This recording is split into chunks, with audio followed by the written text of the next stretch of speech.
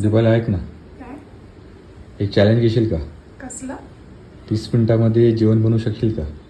चालेल. लक्ष्मीच्या हातात